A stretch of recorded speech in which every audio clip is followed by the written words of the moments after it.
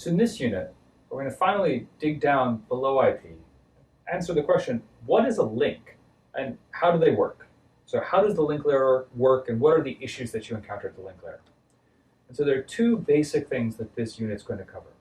The first are the fundamental principles of communication. This is sort of the boundary of computer science and networking with electrical engineering. We're going to talk about things like signal and noise and how the signal-to-noise ratio, in fact, determines what's the potential bit rate capacity of a link. I mean, there's a reason why today we don't have 100 terabit per second link layers because of some of these fundamental mathematical principles of communication. So based on that, we're going to look at things like bit errors and how link layers can recover from them using coding, error-correcting codes, so that, for example, you add a little bit of redundancy to your link layer frames such that if there are a few bit errors down at the physical and link layer, you can recover from them and still receive the frame correctly.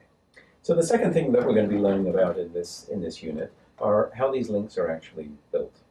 You'll remember from Unit 1, we learned that the thin waist of IP allows many physical layers or link layers to operate underneath and still use the Internet protocol and to tie them all together.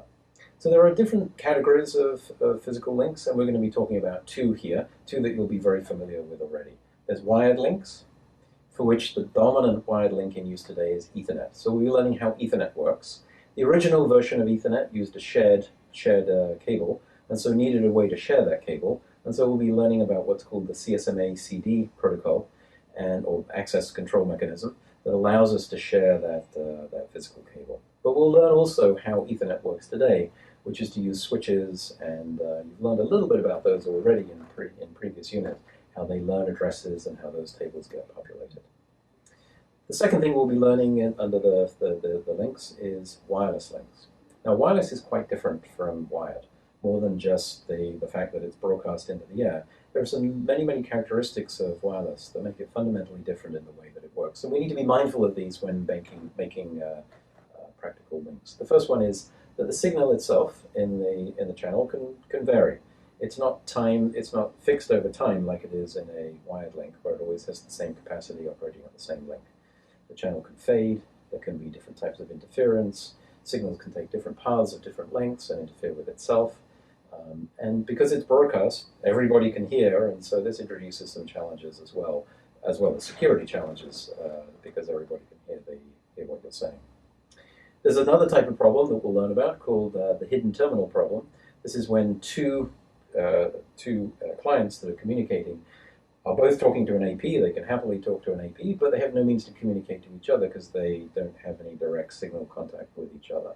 And so there needs to be some extra level of coordination in the network to make sure that they don't interfere with each other at the access point. Also, in addition to learning about these different types of link, we'll be learning about one of the consequences of having these different links, and that is different links can carry packets up to a different maximum size, the so-called maximum transmission unit. Ethernet, for example, can take packets up to 1,500 bytes long, but other links may take packets only up to a certain length. And so you'll probably remember that we've mentioned IP fragmentation in earlier parts of the class. This is necessary when you're going from a link with a large maximum transmission unit down to a smaller one. Because it's not able to carry it, the network will fragment it into a number of self-contained fragments that don't get put back together again until you get to the end host, which then reassembles the data and hands it up to the next layer. So you'll learn how that works and what the specific mechanisms are inside IP to make that work. The last thing that we're going to be learning about is sort of an interesting, tricky little detail of the communication channel, and that is that when two hosts or two ends of a link are communicating with each other, they can't possibly be using exactly the same clock. You can't have exactly the same frequency, exactly the same phase at two different places at the same time. So when a sender is sending, it's using one clock, which is potentially different from the one the receiver is using. So somehow we need to indicate to the receiver what clock rate and frequency and phase that we were using in order for the far end to correctly decode the data. So we'll learn about encoding in order to be able to recover the clock and use it correctly at the far end.